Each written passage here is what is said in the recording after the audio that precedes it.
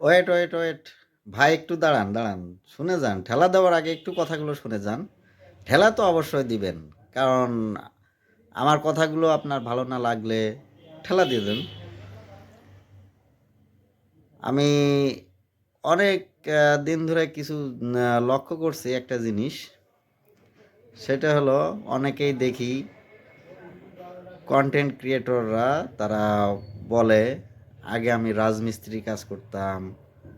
ফেসবুকে সফলতা পাওয়ার পরে আমি এত টাকা ইনকাম করছি, অত টাকা ইনকাম করছি।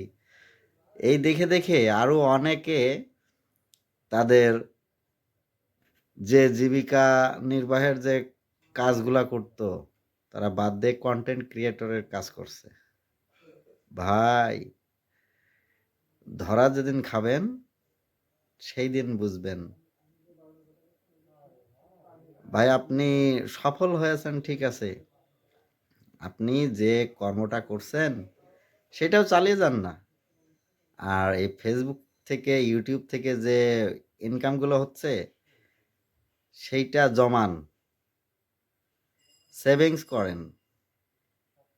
একটু সেভিংসটা একটু বড় হইলে একটা ব্যবসা করেন, ইনভেস্ট করেন কোথাও, তাহলে দেখবেন আপনার লাইফটা সেটেল হওয়ার সম্ভাবনা থাকবে।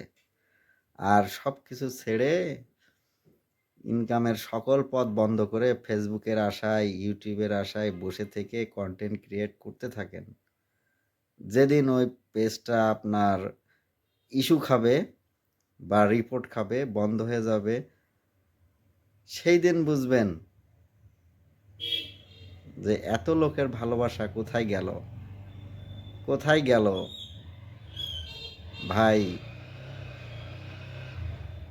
আপনি একটা কর্মে আছেন, সেই কর্মটা আপনি বাদ দিয়ে এই ফেসবুকের পিছনে ছুটছেন সফলতার আশায়। ভাই, কেন বাদ দিতে হবে ভাই? আপনি যে কর্মে আছেন সেটা করতে থাকেন, সাথে আপনি ফেসবুককে সময় দেন, ফেসবুকে কন্টেন্ট ক্রিয়েট করেন।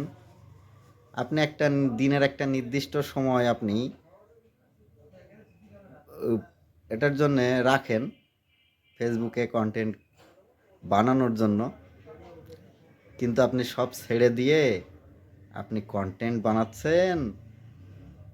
ভাই, আপনার ভবিষ্যৎ অন্ধকার ভাই।